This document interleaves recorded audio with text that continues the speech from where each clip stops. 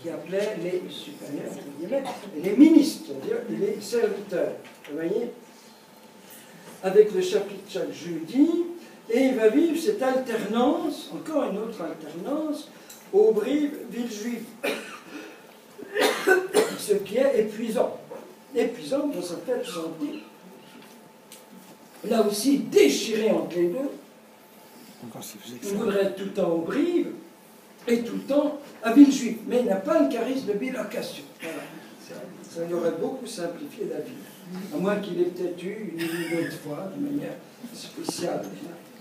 Alors, dans les règles de vie, j'ai connu 3 rescapés de cette, qui m'ont beaucoup parlé. La forme extérieure est toute commandée par le mouvement intérieur. Elle doit rester souple, adaptable à toutes circonstances, de temps et de lieu. Nous devons être supranational, supraethnique, suprarituel, assez fixé dans l'absolu, assez catholique, c'est-à-dire universel, pour que, au contact de nos frères séparés, nous trouvions en Dieu ce par quoi nous pouvons nous rapprocher. C'est tout ce que je disais sur l'œcuménisme au début, mais ici appliqué à la communauté. C'est une vie pauvre, cachée, laborieuse. Il a même été très marqué par le père de Foucault, dont on commençait seulement à parler. Sa vie de Sainte Famille à Nazareth. Vie familiale, plus que conventuelle, recueillie, silencieuse, obscure, séparée du monde, mais pas cloîtrée. Pas d'austérité extraordinaire, respect des santé, que tout soit sain, discret, mesuré. C'est dans la règle de vie des frères et sœurs de Saint-Jean. C'est une société missionnaire. Nous devons nous établir en pays de mission, ouvrir des écoles, hôpitaux, etc. Il y aura une des restrictions à mourir comme une sainte en Tunisie, ma chère Mercedes de Gournay, une tante à moi, et qui est morte du typhus en soignant les petits Tunisiens atteints du typhus. Voilà, elle va être là avec le père Henriot, qui ensuite va venir se réfugier dans le Var, où j'ai eu la grâce de le connaître aussi. Bon, ça fait quelques connexions perso, vous voyez. Voilà, il faut nous adapter, le sens de l'inculturation, aux coutumes des populations au sein desquelles nous avons envie. Slaves avec les Slaves, Arabes avec les Arabes, Chinoises avec les Chinois. On va déjà très loin. Voilà. Toute cette souplesse, cette adaptation. Voilà. Et surtout, c'est là l'essentiel, il faut revenir au temps apostolique, faire revivre la charité des premiers chrétiens qui a transformé le paganisme. La tâche à accomplir en pays de mission est celle même des premiers chrétiens dans la Rome païenne. Qu'est-ce qu'ils diraient aujourd'hui? Il faut réaliser comme eux le cor unum anima una, et comme eux semer de l'amour pour récolter de l'amour. Il veut que cette communauté forme des apôtres, former des apôtres à partir de la vie monastique. Des âmes toutes désireuses de mener une vie intense de prière et de répondre à l'urgence des tâches missionnaires. Voilà. Enfin, une dernière phrase là-dessus. C'est en s'efforçant de cristalliser ces multiples tendances à dosages divers, de vie contemplative et apostolique, qu'il rédigea les statuts de l'heure, signé sur Marie Durand. Et ça va être, comme on l'a dit, une des grandes épreuves de sa vie. Alors évidemment, on comprend un petit peu que ce n'est pas pu continuer très longtemps, parce qu'il y avait le grand problème de ces longues absences, n'est-ce pas? Quand il partait au Japon, mais ce n'était pas en Boeing, c'était 6, 7, 8 semaines de bateau, et il n'y avait pas de portable, ni de mail. Et donc ces pauvres petites sœurs, ils voyaient leur père partir, bye, il revient bientôt, et puis les mois passent, aucune nouvelle, on ne sait pas ce qu'il devient, juste une petite carte de Nagasaki, je vous aime beaucoup, et tout ça, enfin j'exagère un petit peu. Mais évidemment, pour ces pauvres petites sœurs, c'était leur père, et puis alors l'afflux aussi des réfugiés, des pauvres. C'est la grande époque de l'immigration russe, après la révolution russe, et les débuts de Saint-Serge et tout ça. Et donc, il les envoie tous à ouvrir. Alors les pauvres petites sœurs sont débordées, elles sont submergées par l'accueil, donc c'est épuisant et tout ça. Alors on comprend un petit peu, vous voyez, il y a des circonstances atténuantes, mais ça a été de ces grandes épreuves. Nouvelle étoile, liée un peu à celle-là, c'est le père spirituel.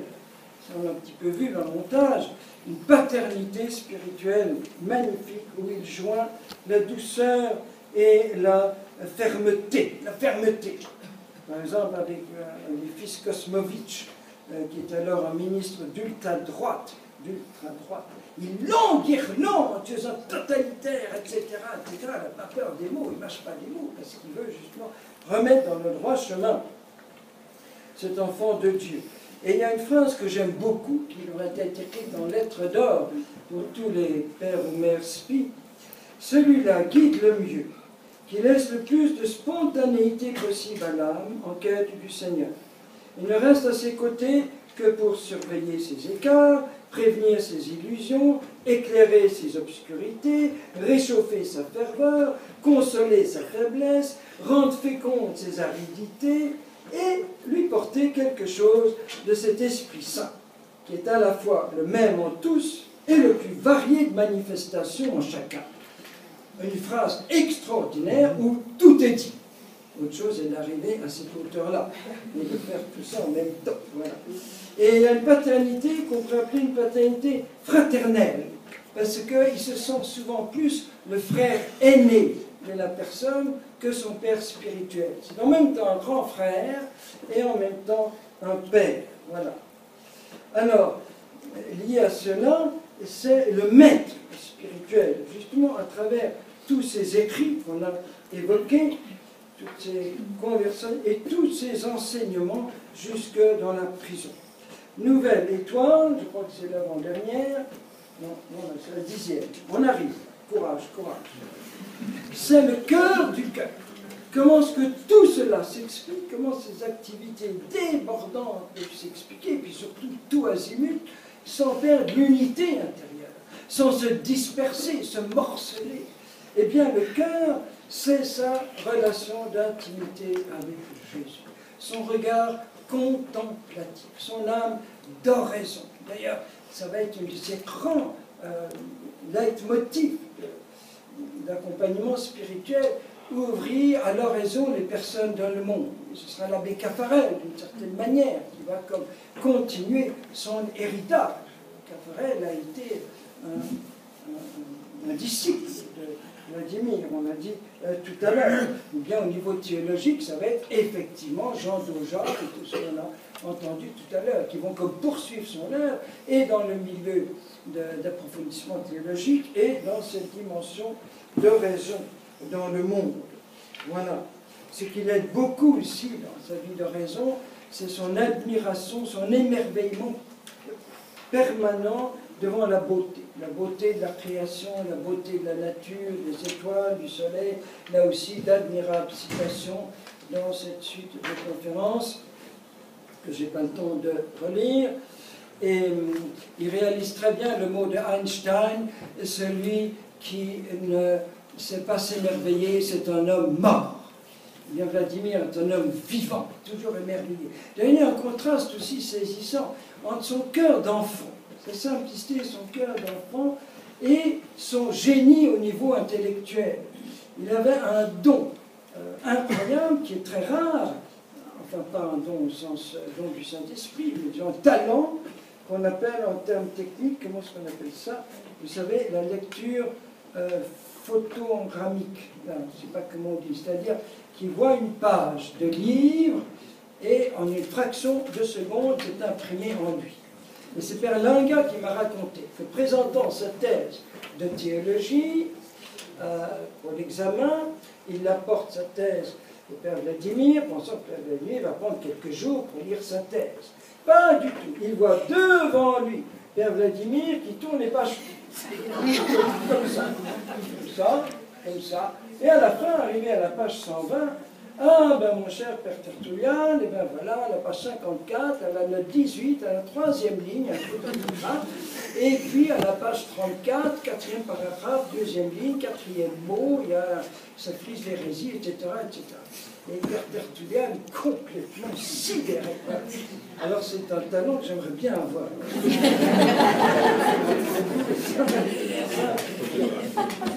Et donc, c'est une espèce de génie au niveau humain, mais il n'a jamais montré, n'est-ce pas? Il a son petit cœur d'enfant tellement, tellement humble. Et surtout, Marie et l'Eucharistie. Voilà. Alors Marie, il a des mots admirables sur Marie. Déjà pour Marie et l'unité. C'est de l'amour de nos frères séparés pour Marie, surtout les orthodoxes, je suppose. Quoique Luther a ce mot magnifique. L'Église, Marie est mère de l'Église parce qu'elle est la mère de tous ceux qui sont régénérés dans l'Esprit Saint. Marie est mère de toute l'Église. Luther, c'est pas très souvent cité. Et il dit jamais on louera assez Marie, parce que toute la louange qui va à Marie va à Dieu. Ça c'est Luther, mais je ne sais pas si Vladimir connaissait cette phrase. Mais en tout cas, pour les orthodoxes, voilà. Elle, c'est de notre amour pour eux en elle que nous devons attendre la fin de la division qui désole la chrétienté. Voilà, une maman. On ne peut pas être unis en famille sans une maman. On a un papa, un père du ciel, pas de problème pour personne, mais il faut aussi la maman. Voilà.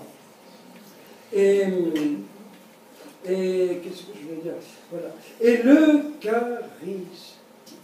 Alors là, c'est un amoureux fou de l'Eucharistie. D'ailleurs, il va être arrêté en portant le corps de Jésus en viatique à une malade. Quoiqu'on se demande si ce n'était pas une provocation communiste qui, pour justement l'attraper, puisque la police l'attendait dans l'avenue de New York, je crois.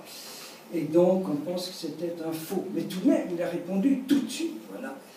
Et même s'il a douté, il a dû se dire, c'est plus grave que je prive en mourant du corps de Jésus que de ne pas me laisser avoir. Enfin, je ne sais pas comment tourner les choses.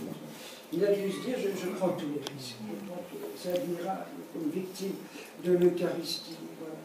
Et il y a un discours que je n'ai pas le temps de lire, mais qui est extraordinaire, c'est celui de Sydney, le congrès eucharistique de Sydney en 29.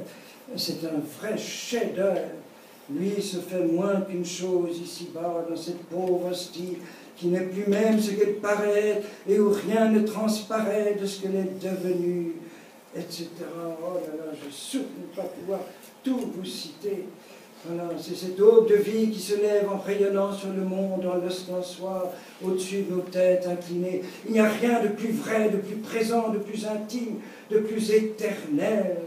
Toutes ces réalités souveraines qu'ils peuvent passer, etc., etc., c'est extraordinaire. Vous avez un très bel extrait dans un des plus beaux livres, à mon avis, sur Père Vladimir, Élisabeth de Miribel.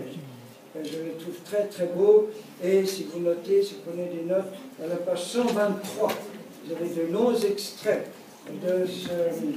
Voilà. Il dit que l'Eucharistie est sortie du cœur même de l'éternité vierge du Tout-Puissant. Il va rappeler que le Dominus Vobiscum, c'est la parole de l'ange à Marie. Le Seigneur est avec toi. Alors on dit, c'est avec toi, avec ton esprit, etc. On ne pense pas d'où ça vient. L'Eucharistie n'est que l'incarnation perpétuelle. C'est le fiat qui a produit la venue du Sauveur parmi nous. Marie et l'Eucharistie forment un double testament de Jésus, etc. sur une page entière. C'est vraiment le cœur de son cœur. Et au point de vue liturgique, il a été très marqué par les bénédictins de la rue de la Source, à Paris. Et donc il y avait une manière assez bénédictine de célébrer. Je ne m'en souviens pas trop, parce que quand il est venu bénir la maison, j'avais seulement 4 ans. Donc j'ai encore son calice, et d'ailleurs j'ai ici une autre relique, parmi d'autres, que M. Rabou a daigné me donner. C'était avant la postulation, donc voilà. Et il m'a donné ce qu'on appelait la bourse, autrefois, dans le rite latin. Et j'ai aussi une petite étole, voilà, des petites reliques que je garde clandestinement à la maison. Il y a un cœur sacré qui bat silencieusement pour toujours à l'ombre de nos autels. Un cœur de chair, ça va bien pour la fête de la miséricorde, symbole vivant de l'amour éternel de Dieu pour nous, source véridique de toute grâce. Le cœur de notre Maître invisible est présent, il est là. Nous arrivons à la dernière étoile, mais la plus terrible, l'ultime témoignage.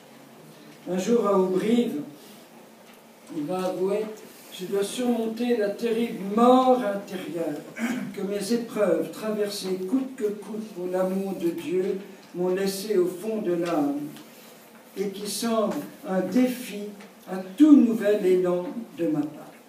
Voilà, ça c'est la seule confidence, il doit y en avoir d'autres dans la postulation, où il fait allusion à cette nuit intérieure. Cette nuit intérieure qu'a connue Mère Teresa pendant 50 ans, une petite Thérèse pendant les 18 derniers mois de sa vie, et voilà, cette horrible mort, et qui le prépare au martyr. Il vivait déjà un martyr blanc, si je puis dire.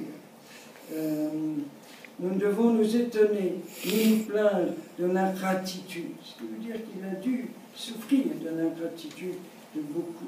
La reconnaissance est plus rare et plus haute que le bienfait. Il ne s'agit pas de... Toute joie doit remercier. Merci est un mot qu'on doit savoir prouver. Il ne suffit pas de le dire. Toute joie qui ne nous rend pas plus forts et plus entreprenants pour le bien n'est pas une joie. Toute souffrance qui nous rend meilleurs, etc., etc. Je ne rachète pas les fautes, dit Jésus, mais les coupables. Je n'efface pas du monde les coupables, mais les fautes. Les larmes sont comme l'essence de notre sang. Il y aurait indignité à les verser pour des choses que notre sang ne payerait pas. Il a beaucoup pleuré, comme Jésus, comme la mère de Dieu, et ça va devenir des larmes de sang. Il y a une petite martyre protestante américaine dans son lycée, il y a quelques années, qui, avant d'être assassinée avec 13 autres élèves pour Jésus, avait dessiné ses propres yeux en train de pleurer. Il y avait 13 larmes se transformant en 13 gouttes de sang en touchant une columbine, le nom de son lycée, une espèce de rose. Et dès le lendemain, elle est tuée avec cette question, « Do you believe in God? » « Yes, of course I do. So just go and join him. » Tuée pour sa foi. Voilà. Les larmes qui deviennent du sang. Et donc c'est la grande épreuve finale, la descente en enfer. On souffre à proportion de son amour. La puissance de souffrance en nous est la même que la puissance d'aimer. Comme François d'Assise, sur le moine Verne, qui demande de ressentir un peu de ce que Jésus a souffert dans sa passion, mais surtout de l'amour qui habitait son cœur pendant sa passion. Et ce sont les stigmates. Pendant une messe matinale à Aubry, il va lâcher à la sacristie une toute petite confidence à Suzanne Marie, que je connais. Je crois que Jésus m'accordera un jour la grâce du martyr. Ou bien dans Pensée, ô mon prêtre, comment oseras-tu me sacrifier véritablement et tout entier si tu ne t'es pas auparavant sacrifié toi-même véritablement et tout entier? Ce sont des mains vides et des mains clouées qui ont le plus donné au monde pour tous les lieux et tous les temps. Alors il va avoir les mains vides et finalement clouées. Alors c'est en 39, le 3 août 39, voilà la déclaration de la guerre. Il écrit à l'archevêque de Paris pour lui demander de rester avec son peuple qui va souffrir. C'est le moment d'être ici, car je dois être aux côtés de mon peuple quand il souffrira. Alors il va avoir toute l'époque nazie, déjà terrible, où il va se dépenser sans compter dans les prisons, chez les détenus politiques, les camps de prisonniers de guerre, prisons de femmes, la messe chaque jour, les juifs persécutés, etc. C'est cette terrible guerre avec la Russie qui va faire 147 000 tués roumains et 180 000 militaires roumains envoyés au Goulag. Là, nous sommes déjà dans la période communiste, parce qu'entre